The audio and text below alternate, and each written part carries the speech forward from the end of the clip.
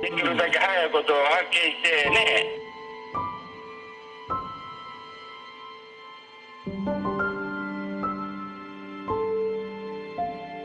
汚れてるから構わないから部屋入ったったらよかったなと思って。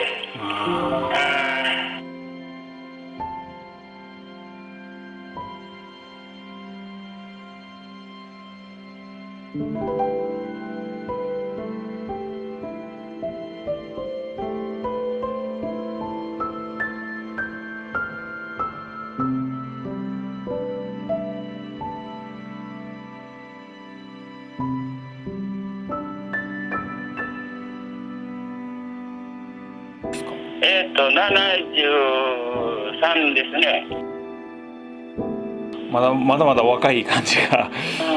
ね、この時期やったらね、この若い時やったらあれやけど。28日に電話かかってきたんですよ。はい。警察の方からね。はい。発見自体がその28か27かのぐらいの時だったと思うんですけども、結局検視の結果、14日ぐらいに亡くなってたんじゃないかいうことになって、7月の14日に。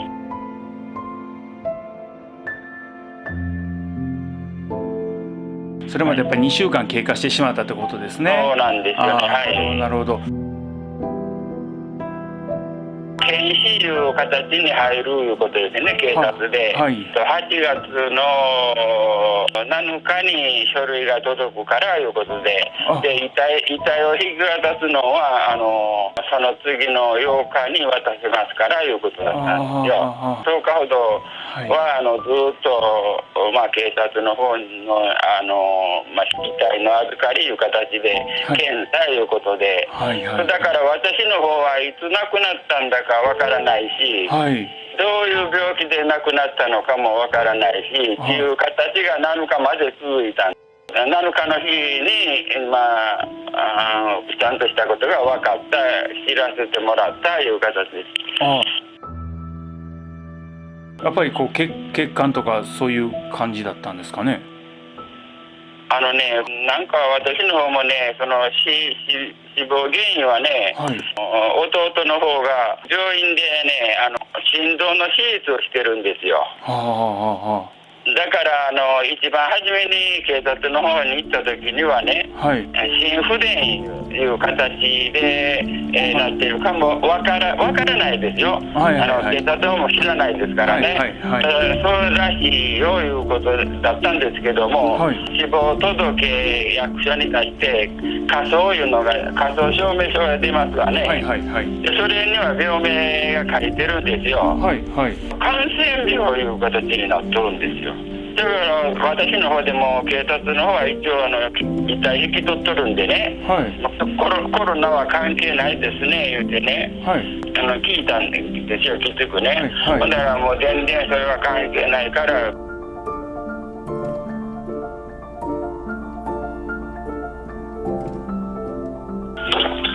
もしもし。はい、もしもし。違います。違う、死因が感染症だったけどもコロナではないということで。いえ、感染症ではないです。そうなんですか。だから多分ね、私説明したんですけども。そうなんですか。多分ちょっと勘違いされてるか間違えたのかもしれませんけども。じゃあ心不全だった。そういうことですね。そうですか。わかりました。一応ちょっと心配になりました。今のところの方ではそれを把握してません。そうですか。申し訳ございません。いいえ。ありがとうございました。お願いします。失礼いたします。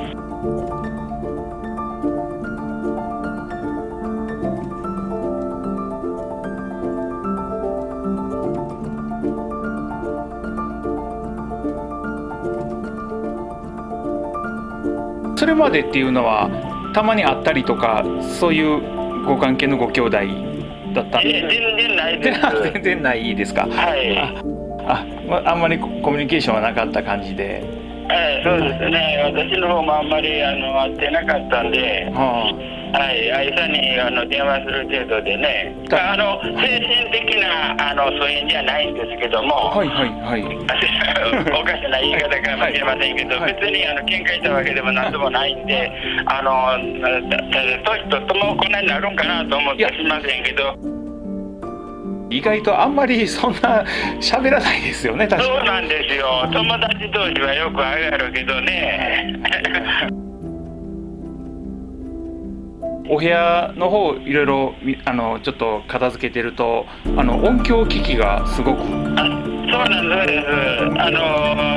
音楽聴くのが好きでね。はいはいはい。はい、スピーカーとかもアンプとかも凝ってたな。はい、いいの置いてますやろ。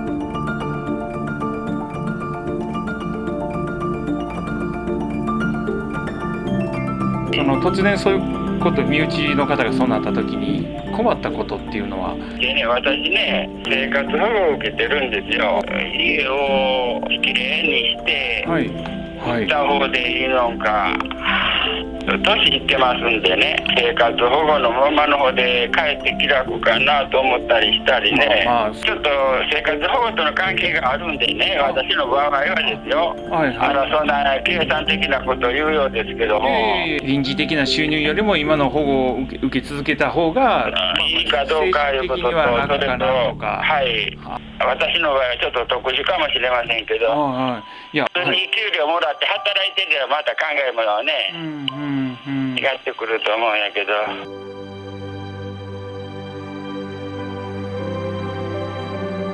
当日僕ら隣の方が作業してたら出てきて、ああもう綺麗にしてくれて匂いもなくなってありがとうって言われまして、家のことの方の心配はもうなさらなくても大丈夫。ありがとうございます。はい。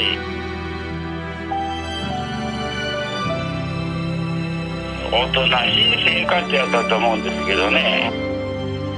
人様に迷惑かけるようなこともなかったし、まあ人には借金はしとったらしいですけどね。あ、そうなんですか。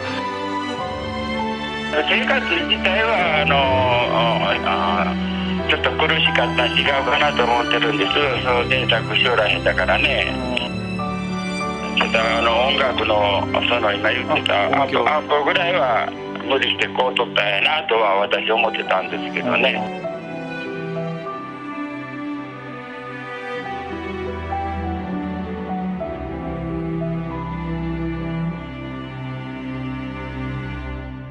お兄様は今おいくつなんでしょうか。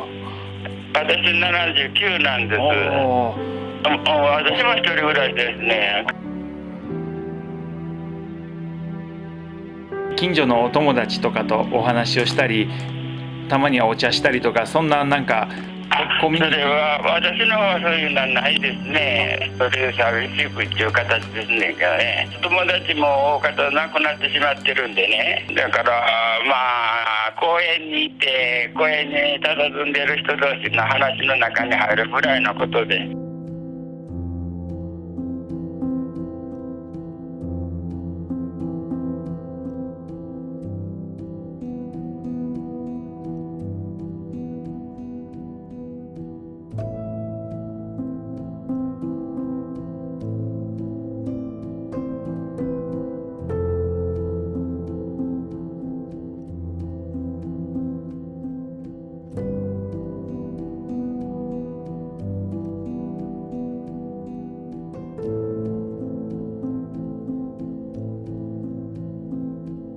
それはでも僕はすごいと思います。はい。ありがとうございます。自転車は乗れるんですよ。不思議やなと思うんですけどね。歩くのはもう10分か15分ぐらいしたらもうどっか休むとこないかと思うぐらいに痛くなるかだるくなってしまって、内臓は結構別に悪いとこないんですけどね。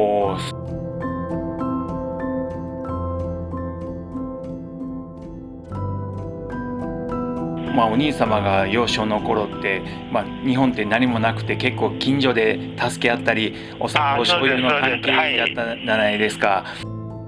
マンション入ってびっくりしたんですけどね、名前ないんですよね。書いてないんですよね。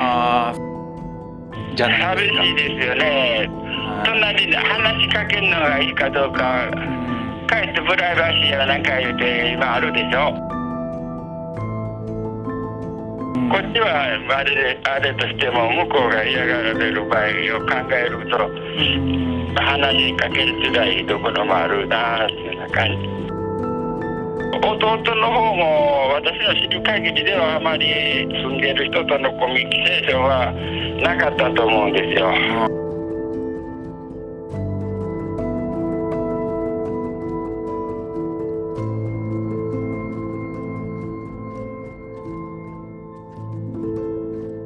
私と同じ立場になった方が知っておいた方でいいんちゃうかなと思って電話させてもらったんですよ。一人で一軒家で亡くなると、警察ごとになるっていうことですよね。そのためにね、検視とかのために、1週間遺体も戻ってこないし、それから死因もわからないし、検査の結果いうことですんでね、不安な状態で、1週間過ごさないけないいう形になるいうことでね。葬式するのもね、普通でしたら2、3日で亡くなった知らせた葬式は2、3日でもう終わるという形になると思うんですけども、ところがこれ10日間遺体が帰ってこないんですよ。したがって葬式がものすごく遅くなってしまういうこと、そのために誰かに聞かれた場合に答えようがなくなってしまうんですよね。これが辛いです。なんで死んだの？病院はどこで死んだの？聞かれてもね、普通やったらもうスラスラ言えますやろ、2、3日です。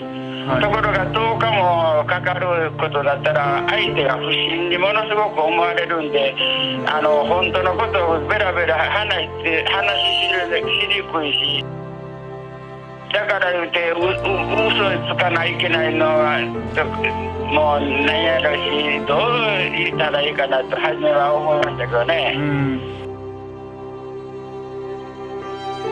お家で亡くなることってピンピン小堀っていう言葉がありますけど、ある意味幸せなことなのに、そうなんですよ。本当は家で死ねるたらね、私は家で死にたいってテレビでよく言われてる。そういうことなんです。だけど一人で亡くなるってのはこないになるんかなと思って、私もその点はびっくりしたんですけどね。そうなんですよね。だからそれがちょっと後ろめたくなるっていうのは、それはねやっぱり僕は変えたいんですよね。できるだけ早いことを発見してね、管理人さんもえらい謝ってましたけどね、私の方がもう分かりませんでどうもすみません言ってね。やっぱりちょっとみんな意識をね高めていくことは僕は大事かなと思いますけどね。本当そうですね。結果論として私も思います。もっと汚れてる構わないから部屋入っちゃったらよかったなと思って。管理人室で話して帰るいう形が多かったですけどね。最後の方はしんどかったのかなっていう感じは僕もそうですね。それはあったと思いますが、体がね。貴重なご意見ありがとうございます。もうこんなある程度のことは職員のご存知かなと思いつつも、いやでもそこはちょっと言うといた方でいいなと思って。ご家族の方のやっぱ言葉っていうのはやっぱり重みが全然違います。本当にありがとうございます。ありがとうございます。そういうことです。ありがとうございます。すみません。ありがとうございます。失礼いたします。失礼いたします。